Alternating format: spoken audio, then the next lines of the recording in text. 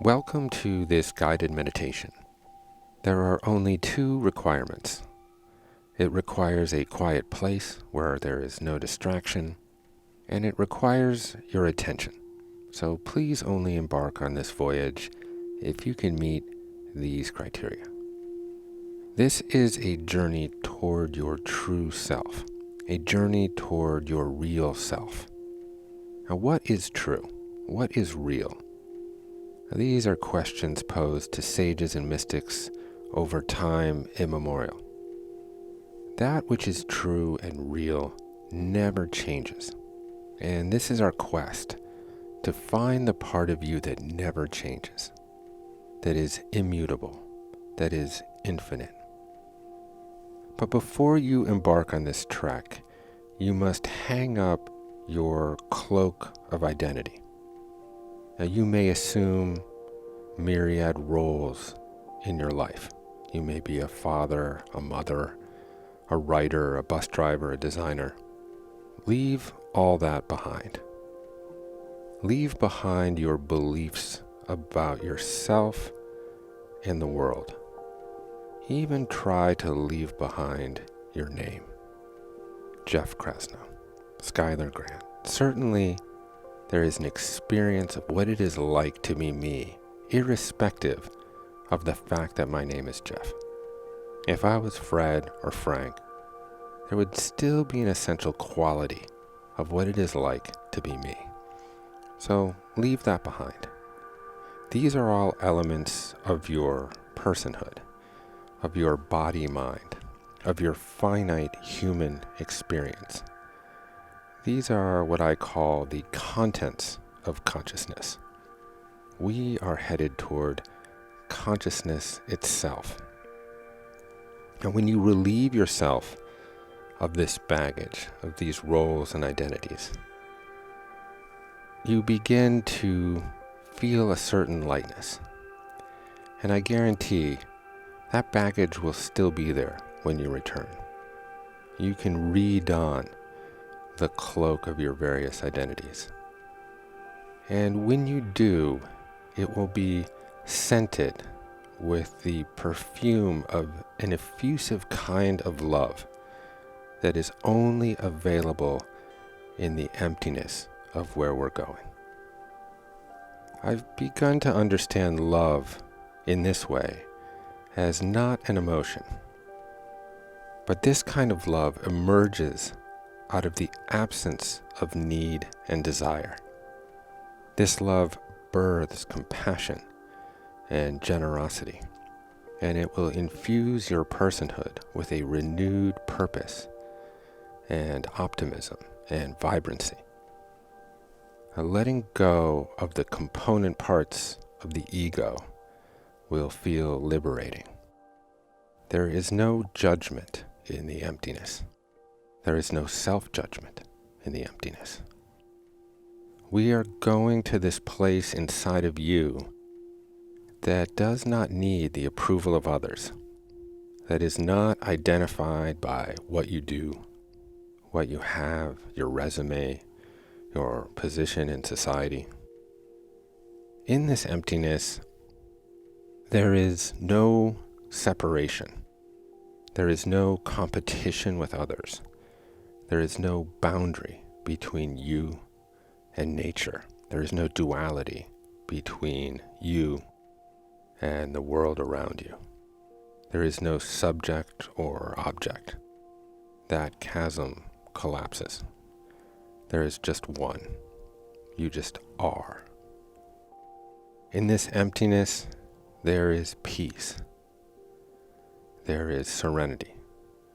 There is quietude. The brilliant author Herman Melville once wrote, "The one and only voice of God is silence." Now, silence is among the few phenomena that you can experience as infinite. It is a portal into the part of yourself that is infinite, that has no beginning, that has no end, that exists outside of space and time, without location, without form. It just is.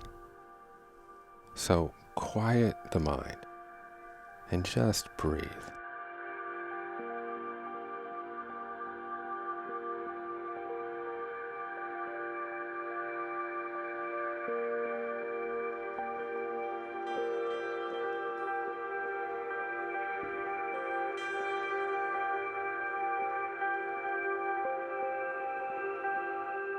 Thoughts will arise and subside in consciousness as you do this. That's just normal. Watch them come and go, like guests at a party. Thoughts are like traffic. Cars, trucks, bicycles zipping by. You are the road. Feelings are like clouds. You are the sky. Thoughts and feelings are simply transitory phenomena passing through your awareness moment by moment. You are not your thoughts. You are not your feelings. You are the awareness watching them come and watching them go. When you step into this emptiness, this infinite part of yourself, there is great relief. Relief from distraction, from petty disagreement, from worry or fear or stress. In this emptiness lives the real you, unwitnessable by the limitations of your five senses and science's genius to enhance them. This is the you outside the physical plane, outside the world of the 10,000 things. This is the immutable you. This you is always there, irrespective of external circumstance. You can always come to this place. It's like a welcoming home that is always warm and always comfortable. This aloneness is a paradox. For in this place of singular stillness, the very idea of you begins to dissolve. There is only the world, a single all-enveloping self, of which you are merely a modification. Notice how presence emerges when unencumbered by the pettiness of dull care. There is no dwelling in the past and projecting the results of its activity into the future. There is only the everlasting now. There is no need here, no craving, no clinging. You're just fine here. In this serenity, in this absence of need, notice the sensation that begins to subsume you. There is a state of being that is curiously both calm and energetic, that is almost like sleep, but also hyper-aware. It is from this place that compassion and benevolence emerge. It is from this place that an energy force springs forth to bring loving kindness to the presence of suffering. So sink deeply into this space and just breathe. Don't worry if thoughts arise. There is no right way to do this.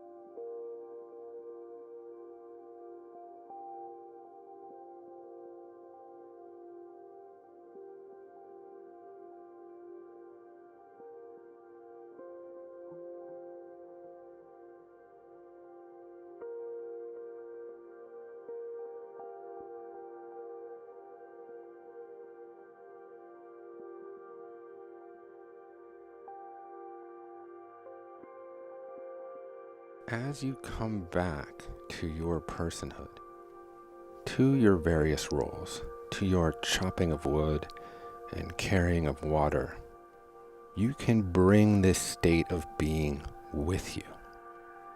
It can color your speech, your works, your action. If you can connect to this place within you on a regular basis, you will notice that the boundaries between the infinite divine you and your human experience will begin to blur. You will feel a sense of connectedness in your life, an interdependence, a unity with others and with nature. So try to return to this place for a few minutes every day.